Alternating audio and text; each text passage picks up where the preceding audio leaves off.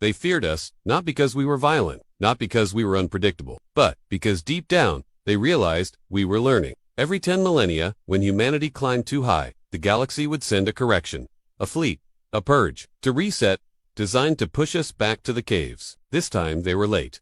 Only by 70 years. A blink, by their standards. But not by ours. The fleet arrived at the edge of our system, expecting a primitive species, perhaps barely industrial.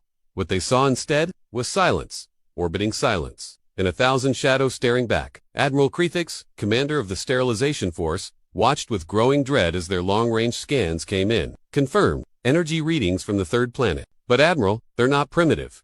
They're organized. And then they saw them, ships, tens of thousands of them, formed like swarms, disciplined, waiting.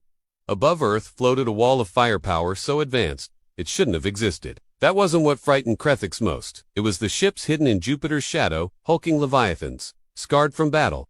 Real battle. Not drills, not training. These were war-forged vessels. They had been fighting someone or something. A transmission blinked into life. A human appeared.com/cold, direct. I'm Commander Elias Mersa. Earth Defense. You're a little behind schedule. Krethix's mandibles twitched. How do you know about the reset? Human's lips curled into a shape they called a smile. Oh, we know all about your little system reset. We've had time to study the ruins. Your last few visits, more ships decloaked from asteroid belts.